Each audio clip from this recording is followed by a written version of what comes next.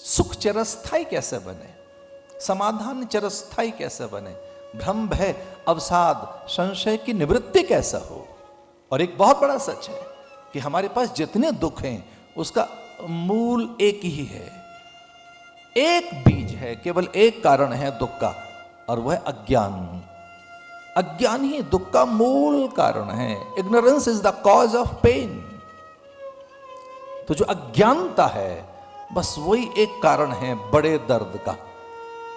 तो हमारी अज्ञानता का, हमारे भ्रम भय का, संशय का निवारण कैसे हो, एक ये भी चीज है, संशय आत्मा विनश्यति।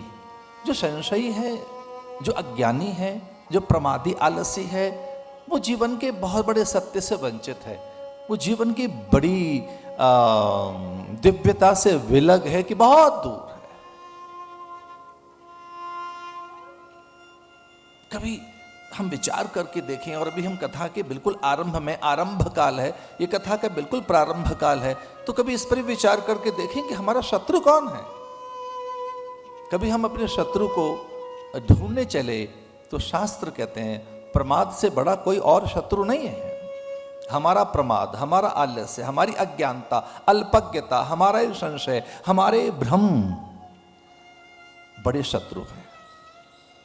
तो जीवन की एक बड़ी चीज अगर हमसे छूटी हुई है, या कि वो प्रसन्नता, वो आनंद, एक बड़ा आनंद जो बिना पदार्थ की प्रसन्नता देता है, बिना साधनों की सिद्धि और समाधान देता है, या वो एक ऐसी शांति जो कभी नहीं मिटती,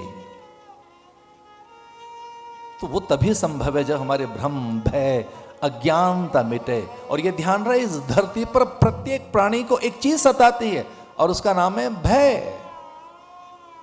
भय, खो जाने का डर, मेरा शरीर न चला जाए, मेरा आदर न चला जाए, मेरी सुंदरता, मेरी मुग्धता, मांसलता, मेरा आकर्षण, मेरा तिलस्म, मेरी सत्ता, मेरा प्रभुत्व, मेरा वर्चस्व, मेरी उच्चस्थ अवस्था खो न जाए। भय, जो एक भय है, ये बड़ा शत्रु है। और ये भय कई बार हमें नहीं पता लगता, और ये कहीं भीतर छुपा होता है, एक अज्ञात, एक अननोन फियर हमारे भीतर, कहीं हमारी चेतना में वो कहीं छुपा होता है। भय, अभिनिवेश, ये 5 क्लेश बताएं, अविद्या, अस्मिता, राग, द्वेष, अभिनिवेश। पहला क्लेश है अविद्या, कि हम सच को जान नहीं पाते। और ये एक अंतिम क्लेश है अभिनिवेश, खो जाने का डर।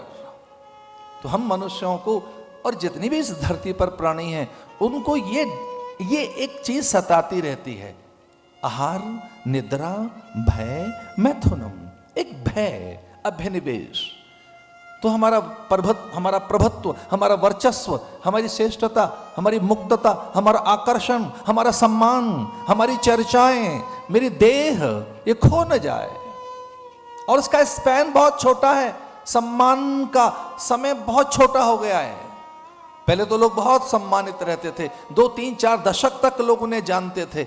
लेकिन कभी कुछ कुछ गलियारों में जो अभिनय का गलियारा है, वहां तो कितनी देर का सम्मान रह गया है, विस्मृति हो जाती है। लोगों को भय सताता रहता है कि कुछ अगले 2, 4, 5 वर्षों में उतना सम्मान रहेगा कि नहीं, उतनी चर्चाएं, उतना आकर्षण, उतना प्रभुत्व, उतना वर्चस्व, उस प्रकार से मैं धरा पर रह पाऊंगा क्या।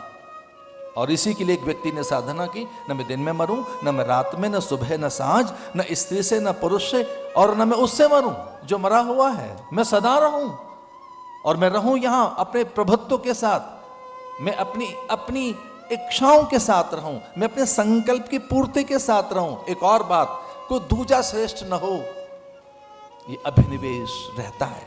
तो जो हमारे भीतर अभिनिवेश रहता है, अज्ञानता रहती है, जो हमारे भीतर भ्रम रहता है, संशय रहता है, उसकी निवृत्ति कैसे हो। एक और बात, जीवन के सच की प्राप्ति कैसे हो। जो जीवन का सच है वो क्या है, जीवन का सत्य क्या है। और इसके लिए कभी किसी एक कालखंड में अत्यंत विनयी होकर शिव की अर्धांगिनी ने उनसे प्रश्न किया था कि मैं कथा सुनना चाहूंगी, वो मुझे सत्य बताएं कि वह क्या है। लेकिन एक बड़ी चीज है जिसे हम चुनौती दें, और वह है आलस्य, प्रमाद। जो जागत है सो पावत है। तन में मना शिव संकल्प मस्तु। जिनके पास शिव संकल्प है, शुभ संकल्प है, उन्हें बहुत कुछ मिला है। जो चैतन्य है, जो जागृत है, जो नींद में है, आलसी है, प्रमादी है, उसे कुछ हाथ नहीं लगा। इस धरती पर सबसे बड़ी कोई योग्यता है तो अप्रमत्तता है। अप्रमत्तता। प्रसंग ऐसा आता है कि वो सो गई और शिव कथा कहते गए। देहाभिमान, देहाध्यास बड़ी चीज है, इसे हम तोड़े।